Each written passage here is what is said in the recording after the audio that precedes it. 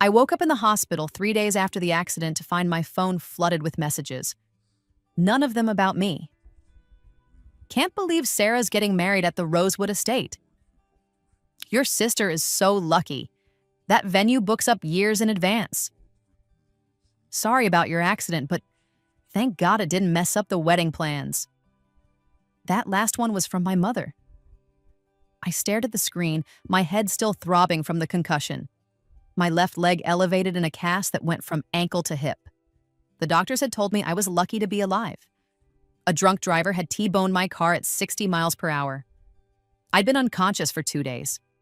I'd fractured my femur, cracked 3 ribs, and had internal bleeding that required emergency surgery.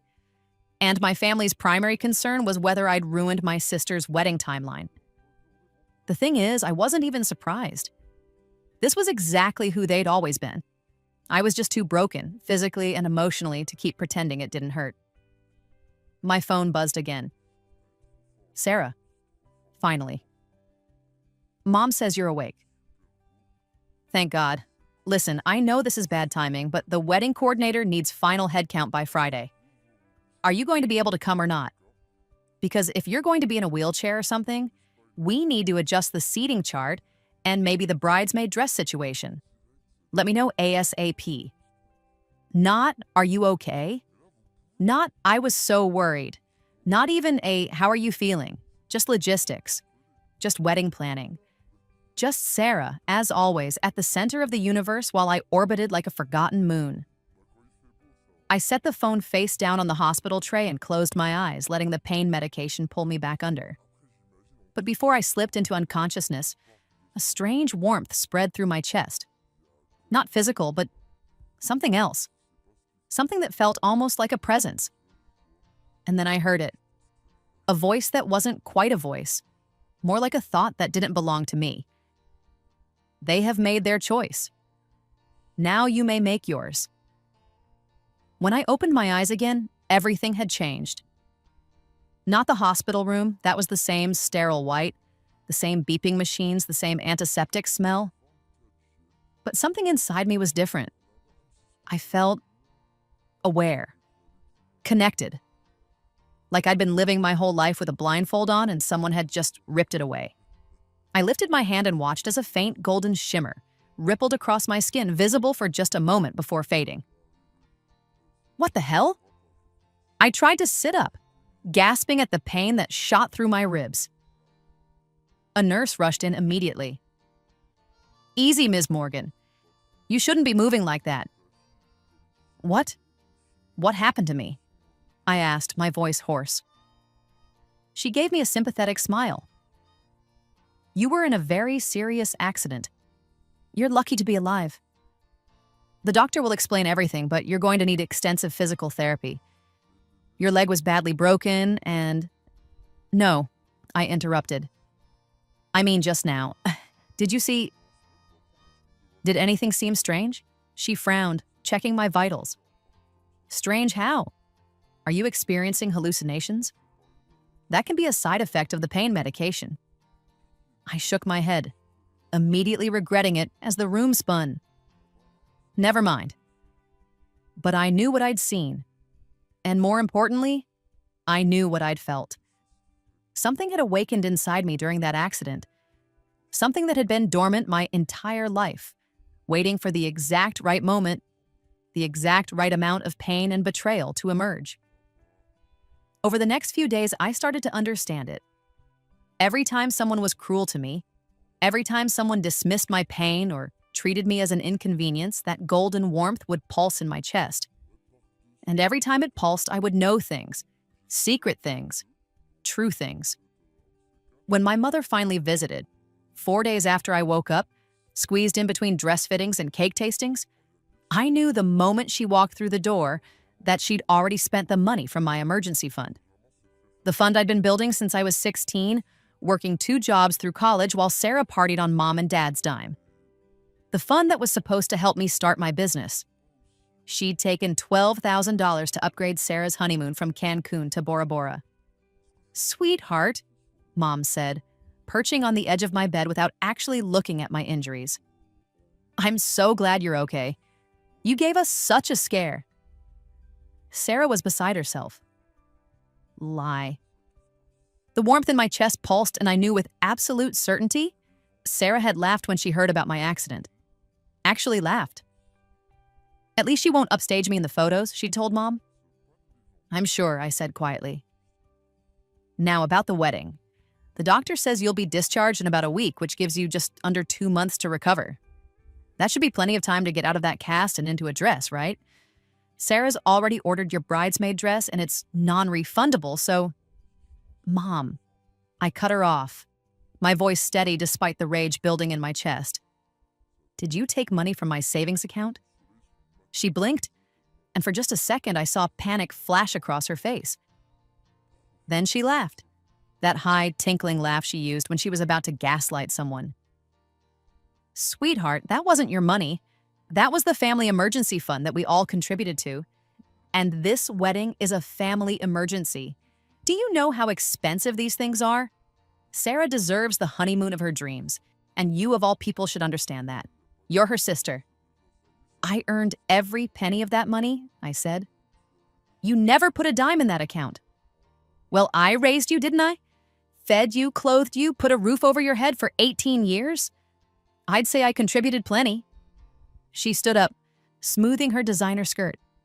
Purchased, I now knew with sudden clarity, with the credit card that was technically in my name, but that she'd opened without my permission when I was 19. Honestly, Natalie, I expected more. Gratitude. Sarah is going through such a stressful time, and you're lying here making everything about yourself. She left before I could respond, her heels clicking sharply against the linoleum. And that's when I made my decision. They wanted me to disappear? To be a convenient prop in Sarah's perfect life story? Fine. I'd disappear, but not in the way they expected. My family's cruelty hadn't started with the accident. It had been building my entire life, a slow accumulation of tiny cuts that had bled me dry long before that drunk driver ever hit my car.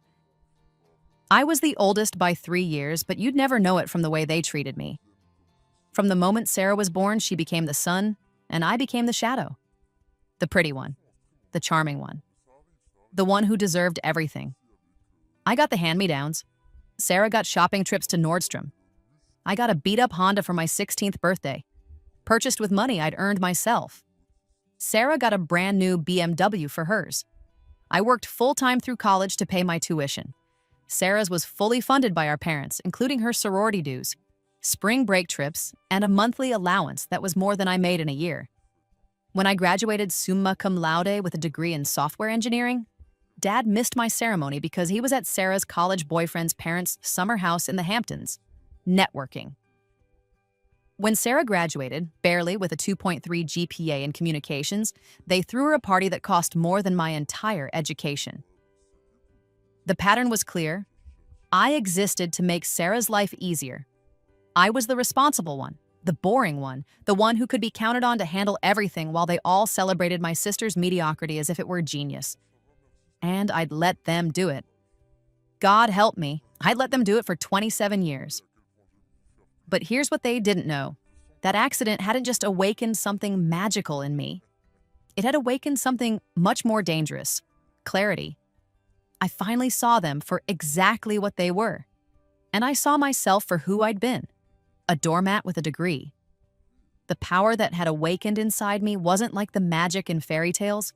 It wasn't flashy or obvious. It was subtle, insidious, perfect. I could sense truth in lies.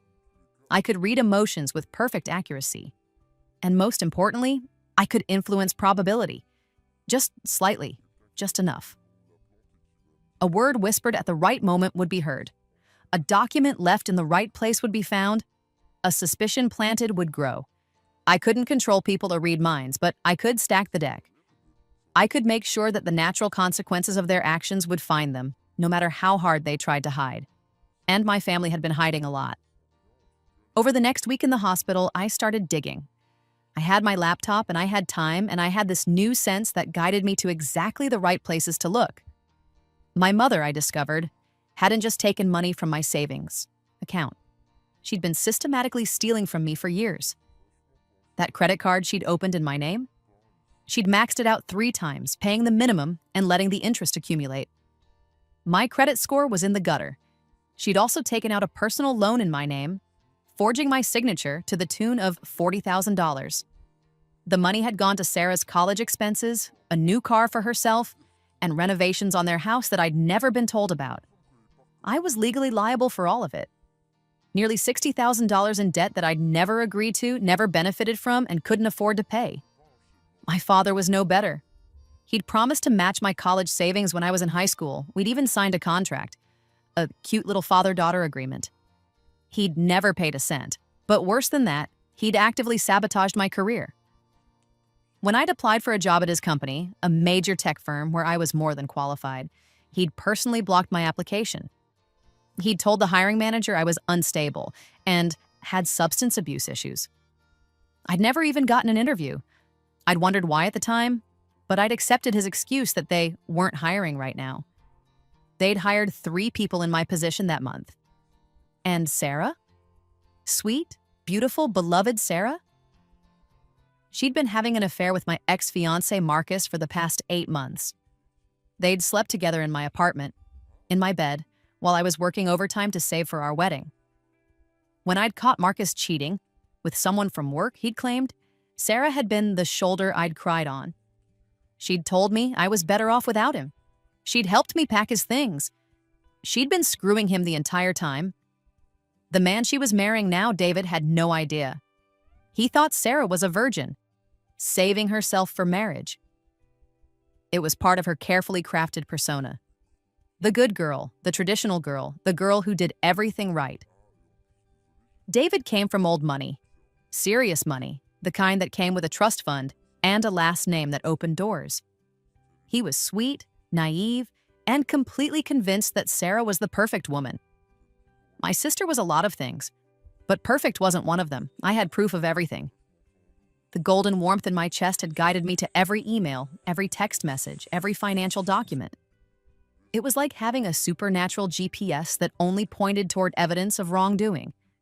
And as I lay in that hospital bed, scrolling through years of betrayal and theft and lies, I felt something I hadn't felt in a very long time. Power. They thought I was broken. They thought I was defeated. They had no idea what was coming. I was discharged from the hospital on a Tuesday. My mother picked me up because she happened to be in the area. She wasn't. She lived 45 minutes away, but she needed to maintain appearances. Can't have people thinking she was a bad mother. "You look terrible," she said as I maneuvered myself into her car on crutches.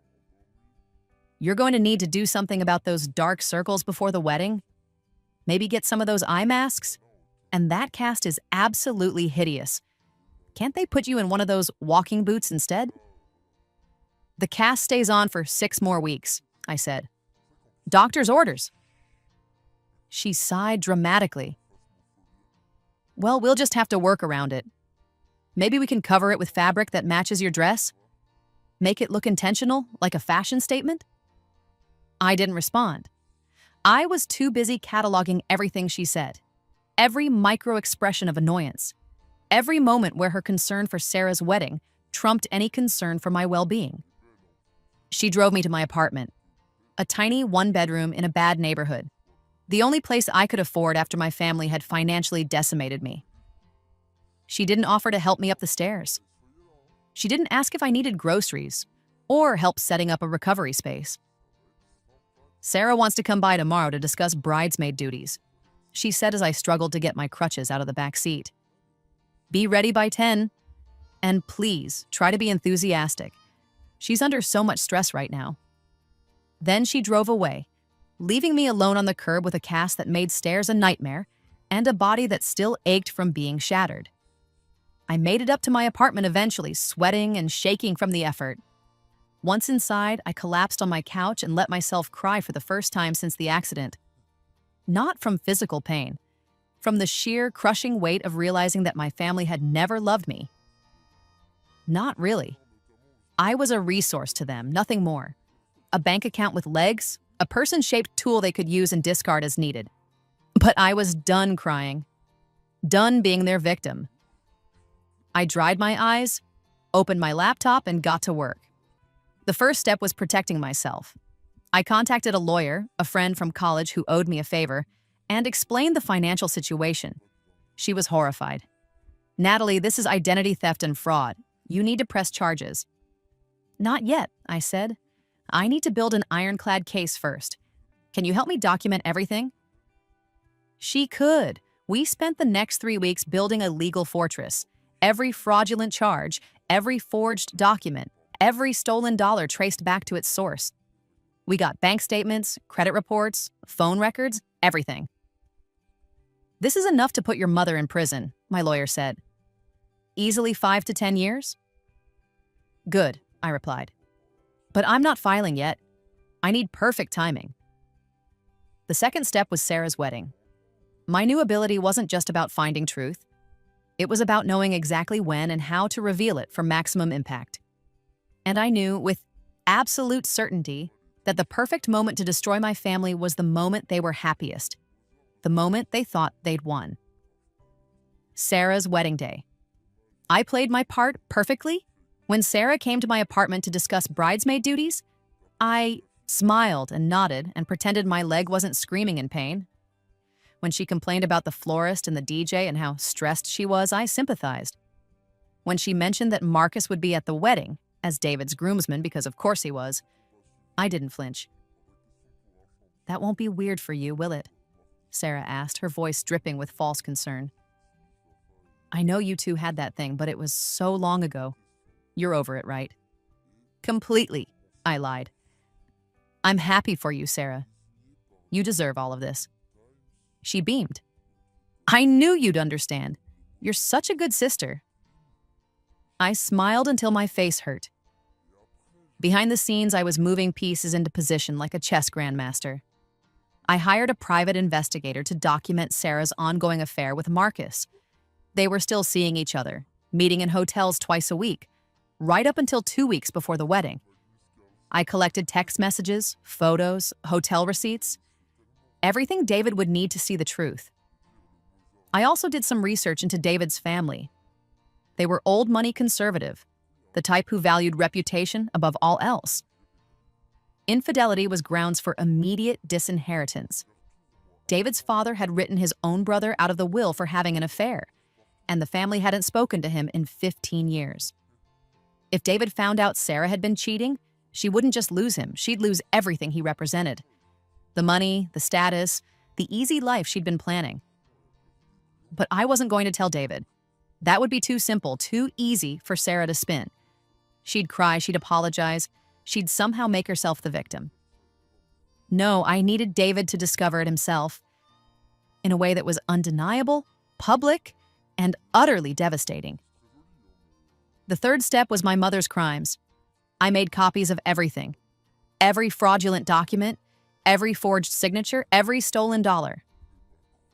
I packaged it all up with a detailed timeline and a cover letter explaining exactly what had been done to me.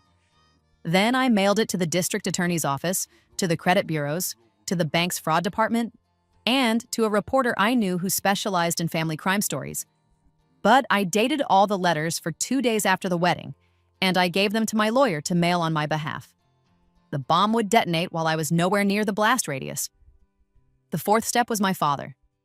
This one was trickier because workplace sabotage is harder to prove than financial fraud.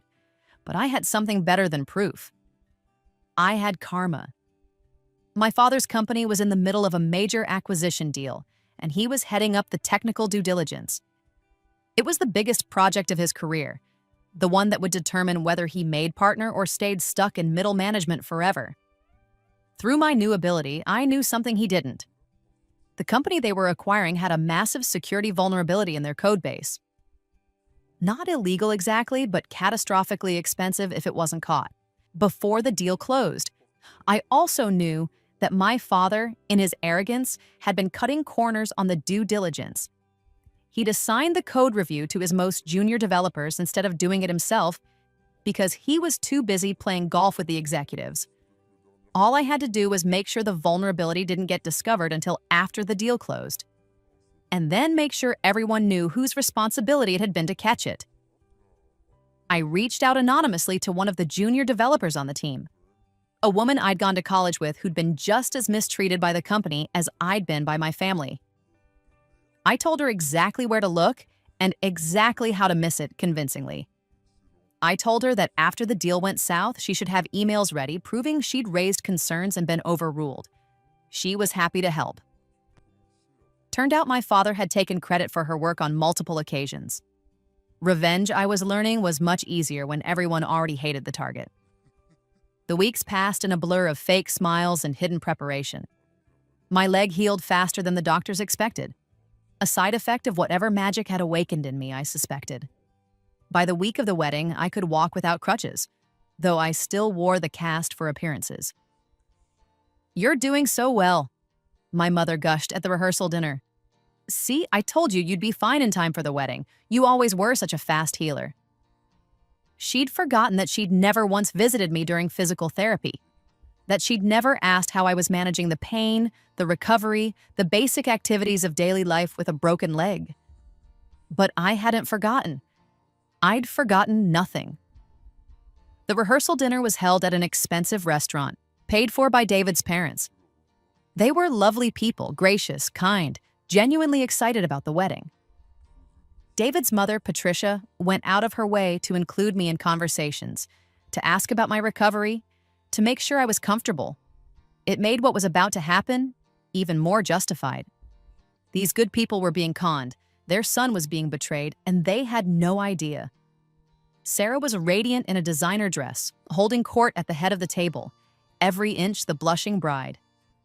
Marcus sat 3 seats away, his eyes following her every movement. They thought they were being subtle. They weren't. I watched them all night, the tiny glances, the secret smiles, the way Marcus found excuses to touch her hand when passing drinks. I watched David notice none of it, too in love and too trusting to see what was right in front of him. And I felt nothing but cold determination. "Natalie," Sarah called out during dessert, slightly drunk on champagne. "Speech, you have to give a speech." Everyone turned to look at me. I smiled, picked up my glass, and stood carefully. "To Sarah," I said, my voice clear and strong. "You've always known exactly what you wanted, and you've never let anything stop you from getting it. Tomorrow, you're marrying an incredible man from an amazing family. You've worked so hard for this moment, and you absolutely deserve everything that's coming to you." Everyone clinked glasses, completely missing the double meaning in every word. Sarah blew me a kiss. "Love you, sis." "Love you too," I said, sitting back down. One more day. Just one more day, and it would all be over. The wedding was objectively perfect. The Rosewood estate was stunning in early autumn, all golden light and crimson leaves. The ceremony was held in a garden pavilion decorated with thousands of white roses. Sarah wore a dress that cost more than my car, and she looked beautiful. I could admit that objectively, even hating her as much as I did. David looked at her like she was the only person in the world. It actually hurt to watch, knowing what I knew, knowing what he was about to learn. I played my role flawlessly. I smiled in the family photos. I held Sarah's bouquet during the vows. I signed the marriage license as a witness. I was the perfect bridesmaid, the perfect sister, the perfect daughter.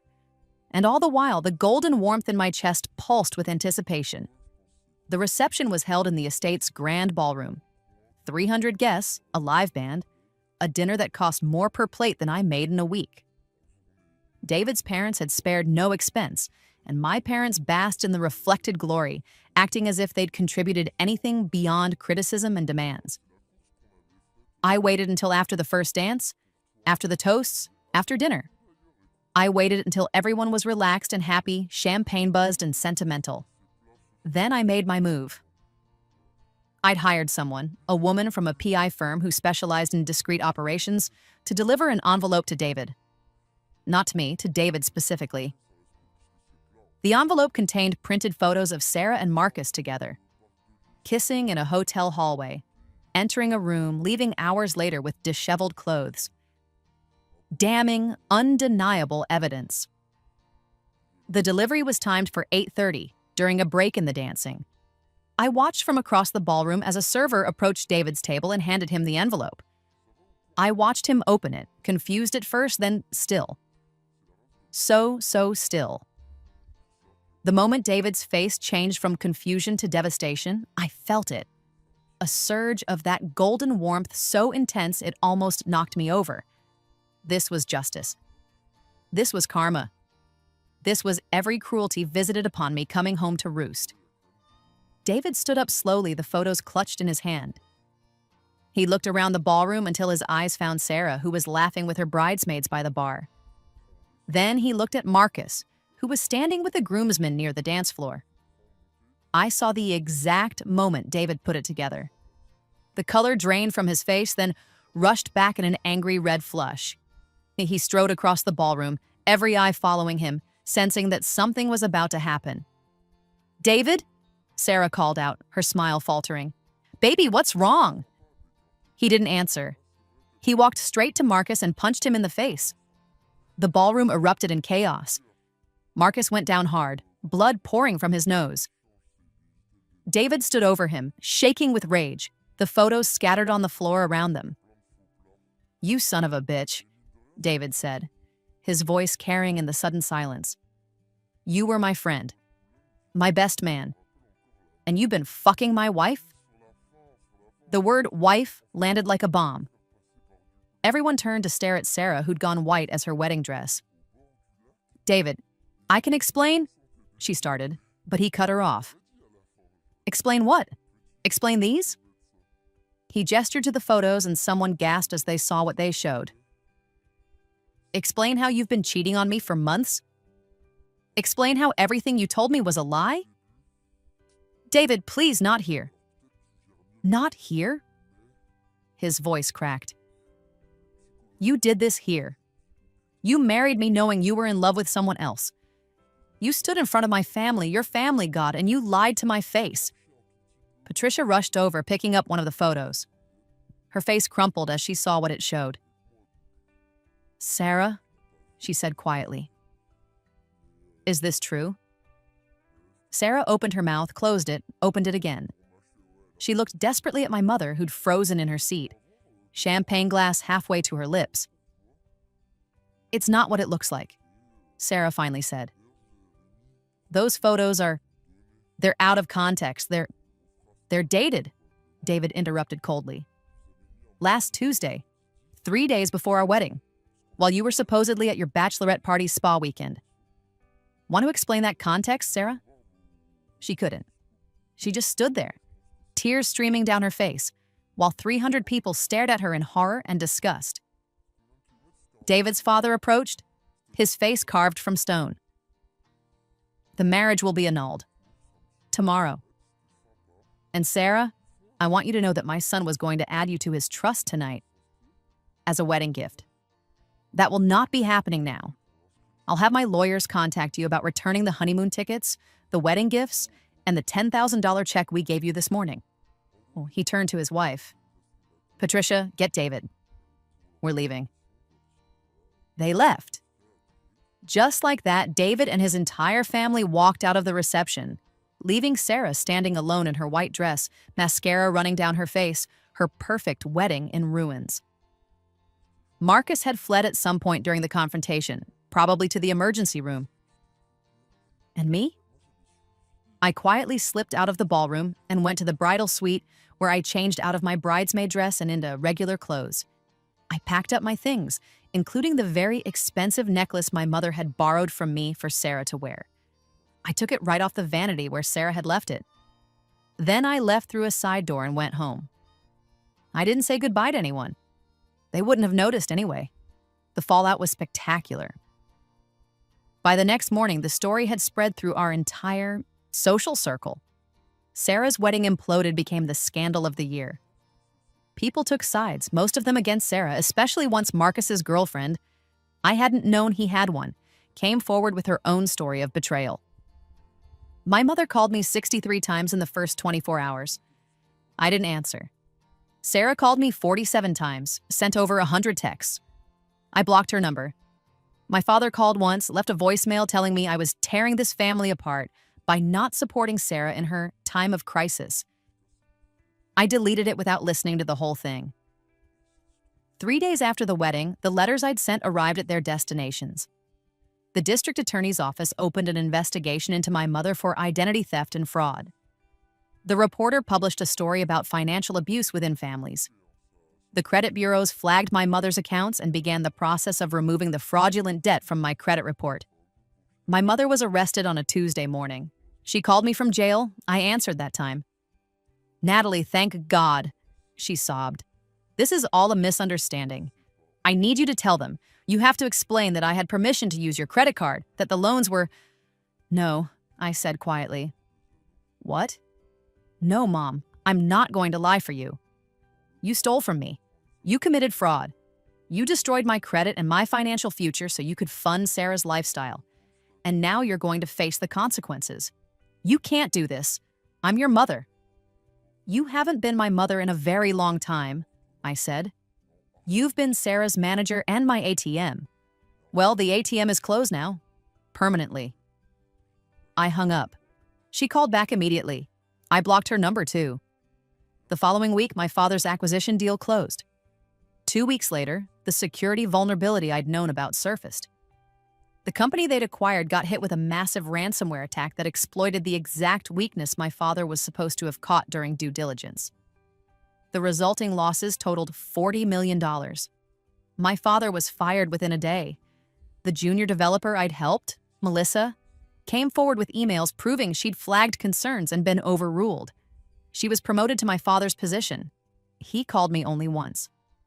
"You did this," he said flatly. "I don't know how, but you did this. You sabotaged my career."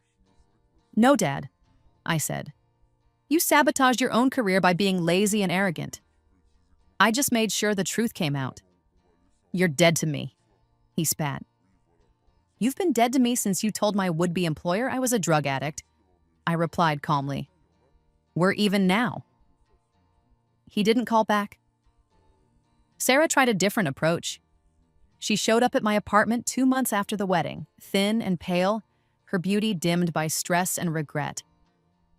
I almost didn't let her in, but I was curious, and that golden warmth in my chest was humming with anticipation, like it knew something good was coming.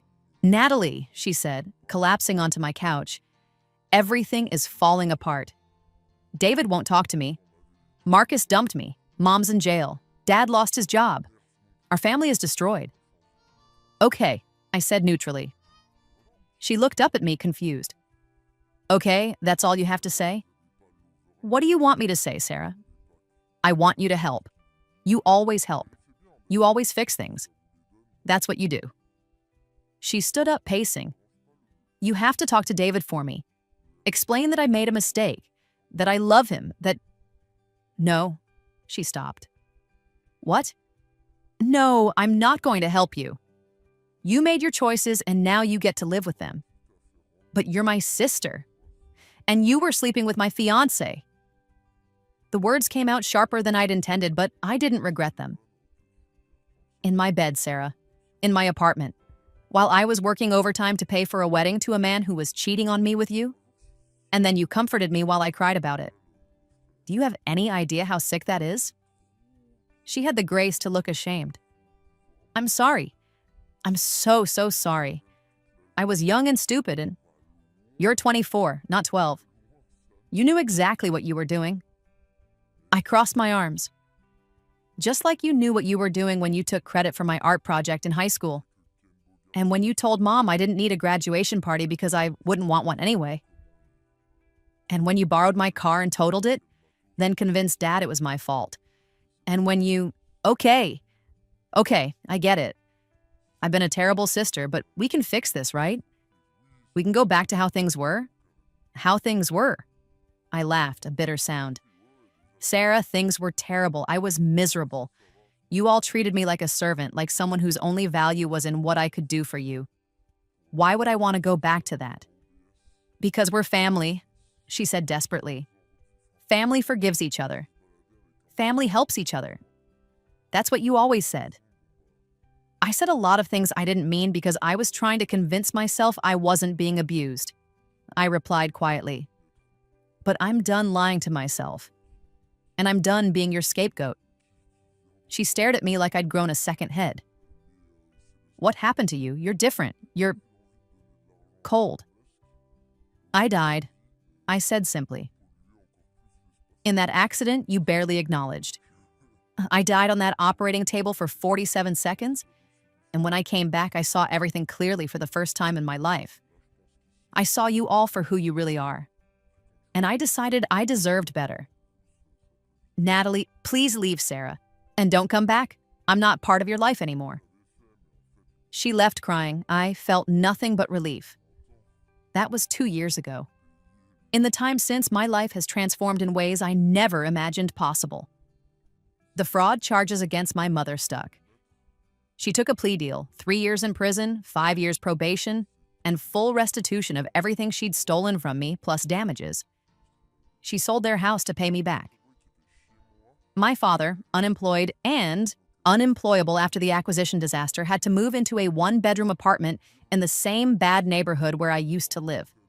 Sarah never recovered from the wedding scandal. David's family made sure the story spread through their social circles, effectively blacklisting her from the kind of society she'd always dreamed of joining. She works as a receptionist now, living with a roommate, driving a used car. I heard through mutual acquaintances that Marcus did eventually take her back, but that relationship is as toxic as you'd expect. As for me, the golden warmth that awakened in me during that accident never went away. If anything, it's grown stronger. I've learned to use it deliberately to guide my decisions with preternatural accuracy. I started my own software security company with the money my mother was ordered to repay me. That sense of knowing, of being able to spot vulnerabilities and predict outcomes, turned out to be an incredible business advantage. Within 6 months, I had contracts with 3 major corporations. Within a year, I'd hired a team of 20 people. Within 18 months, I was fielding acquisition offers. I turned them all down. This company is mine, built from the ashes of everything my family tried to destroy. I also met someone.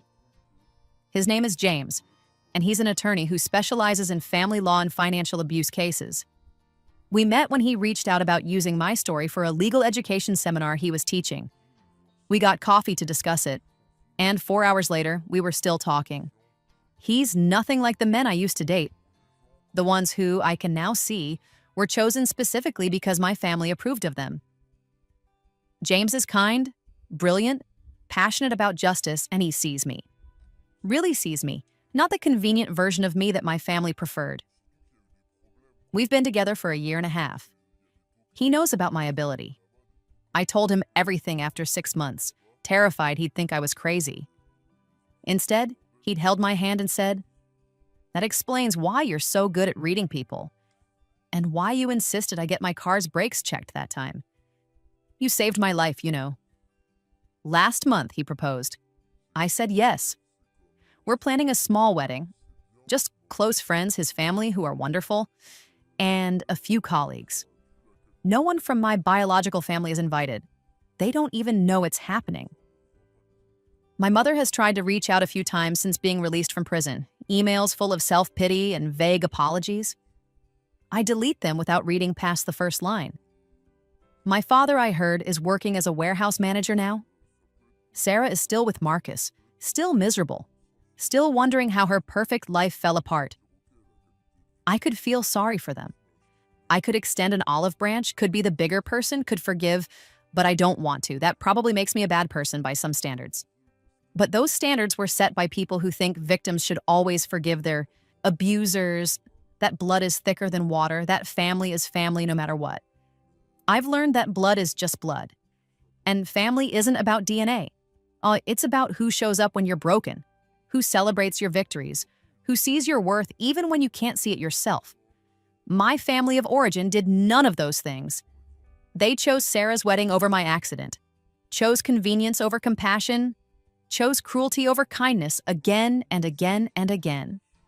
And when I recovered, when I healed and thrived and built a life that was bigger and better than anything they'd ever imagined for me, I chose not to tell them. They still think I'm somewhere out there, limping along, barely surviving, waiting for them to need me again so I can come running to help. They have no idea that I'm thriving, that I'm successful, happy, in love, and free. That the broken bird they left to die in the hospital learned to fly higher than any of them ever could. And they never will. Because the best revenge isn't making them suffer, though I won't pretend I don't enjoy knowing my mother is in prison and my father is bagging groceries for a living. The best revenge is living well, is building something beautiful out of the ruins they left, is being genuinely, completely happy without them. Sometimes, late at night, that golden warmth in my chest pulses gently like a heartbeat, like a reminder. I don't know exactly what it is. Magic, divine intervention, a psychic ability awakened by trauma, and I don't really care. All I know is that it saved my life in more ways than one. It showed me the truth when I was drowning in lies. It gave me the power to protect myself when no one else would. It guided me toward real love, real family, real happiness. And it taught me the most important lesson of all. Some people don't deserve your forgiveness, your energy, or your presence in their lives. My mother calls from prison sometimes. The call's automatically rejected by my phone. Sarah has a new Instagram account after I blocked her old one. She posts sad girl quotes and pictures of her and Marcus that scream dysfunction. My father sent me a Facebook friend request last week from what appears to be a new profile. I declined it without a second thought. They chose her wedding over my accident. They chose themselves over me, again and again, my entire life. So I'm choosing me now. Every day, for the rest of my life. And I'm never, ever looking back. Epilogue, my wedding to James is next month. We're getting married in a botanical garden, small and intimate. Exactly the opposite of Sarah's failed spectacle. The guest list is 70 people. Every single one of them someone who's earned their place in my life through love, respect, and genuine care. James's parents are hosting the rehearsal dinner. They've treated me with more kindness in 2 years than my biological parents did in 27. His mother has taken to calling me her daughter, and I don't even flinch anymore. I call her Mom, and I mean it. Last week I received a letter. Not an email, an actual physical letter, forwarded to my business address by someone who must have done significant digging to find me. It was from Sarah. I almost threw it away without opening it. But curiosity won out, and that golden warmth hummed in my chest. Not in warning, but in something that felt almost like amusement. The letter was 7 pages long, handwritten on expensive stationery that she probably couldn't actually afford. It was part apology, part plea, part desperate justification for everything she'd done. The key lines. I know I don't deserve your forgiveness, but I'm asking anyway. I'm seeing a therapist now. She says I have narcissistic personality disorder and that I might have been jealous of you my whole life. I don't know if that's true, but I'm trying to be better. Marcus and I broke up. Again. For real this time. He was cheating on me with his coworker. I guess karma is real after all. Mom got out of prison last month. She's living with Dad now. It's bad, Nat. They're broke. They're fighting all the time. Dad drinks too much.